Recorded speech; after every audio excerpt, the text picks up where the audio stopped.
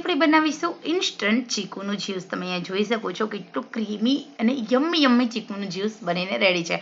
તો મિત્રો જ્યારે ચીકુનું જ્યુસ પીવાનું મન થાય છે ત્યારે આપણને સૌથી પહેલાં ચીકુની જે છાલ હોય છે ઉતારવાનો કંટાળો આવે છે. ક્યારેક એવું બને છે કે આપણે માર્કેટમાંથી એકદમ વધારે ચીકુ લઈ આવ્યા છે અને ચીકુ એકદમ ઢીલા થઈ ગયા છે અથવા તો ચીકુ કઠણ થઈ ગયા છે, એની છાલ બિલકુલ ઉતરતી નથી. તો ફિકર નોટ, આજે હું તમારી માટે એકદમ સરસ યમ્મી અને સુપર ફાસ્ટ માત્ર ને માત્ર ચીકુની છાલ સાથે તમે ચીકુનું જ્યુસ બનાવશો તો પણ એકદમ ક્રીમી યમ્મી અને એકદમ શાઇની ચીકુનું જ્યુસ બને, બહાર કરતાં પણ સારું. ચીકુની છાલ હોય છે એની અંદર પુષ્કળ પ્રમાણમાં ફાઇબર હોય, ચીકુની છાલ પણ ખૂબ ઉપયોગી છે. તો શા માટે આપણે ચીકુની છાલ કાઢવી જોઈએ? અહીંયા અમે ચીકુને એકદમ સરસ મજાના વોશ કરી લીધા છે, ચીકુ ઉપરથી જે કેમિકલ હોય કાઢી લીધું છે, ચીકુની છાલ સાથે ચીકુના બીજ કાઢીને સમારી લીધા છે. અહીંયા સમારેલા ચીકુ રેડી છે.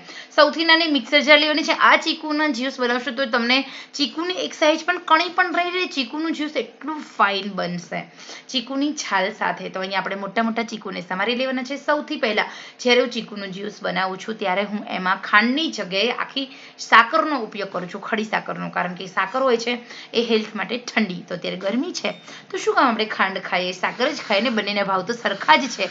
જે આપણે હેલ્થને વધારે ફાયદો આપે એ આપણે ખાઈ લેવાનું. વેરી ગુડ ને બેટા.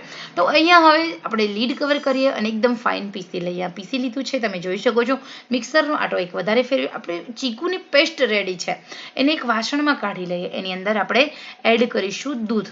તો સૌથી પહેલાં જે ચીકુ છે એનું જે આપણે પલ્પ રેડી કર્યો છે, આ ચીકુનો પલ્પ તમે ફ્રીઝરમાં બનાવી અને ફ્રીઝરમાં સેટ કરી 8 દિવસ સુધી સ્ટોર કરી શકો છો. અને જ્યારે ચીકુનું જ્યુસ પીવું હોય ત્યારે એ બરફની દૂધમાં ઓગાળી દો, ચીકુનું જ્યુસ રેડી.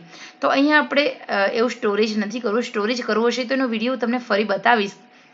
હવે આપણે એમાં દૂધ એડ કરીશું. 2 ગ્લાસ દૂધ મેં અહીંયા લીધું છે. દૂધ ઘરનું છે, દૂધ ફૂલ ફેટ છે. આપણે હલાવી લઈશું. હલાવી લીધા પછી આપણે એને ગાળી લેવાનું છે.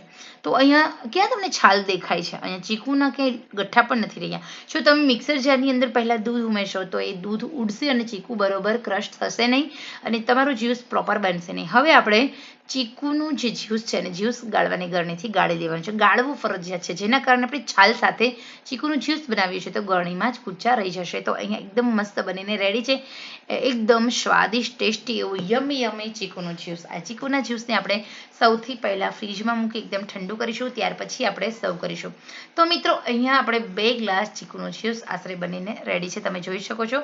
તો આ ચીકુનું જ્યુસ આપણે ફ્રીજમાં મૂકીશું, એકદમ ઠંડુ રાત્રે સૂતા પહેલાં પીશું. ગરમીમાં આપણને ચોક્કસ ઠંડક આપશે.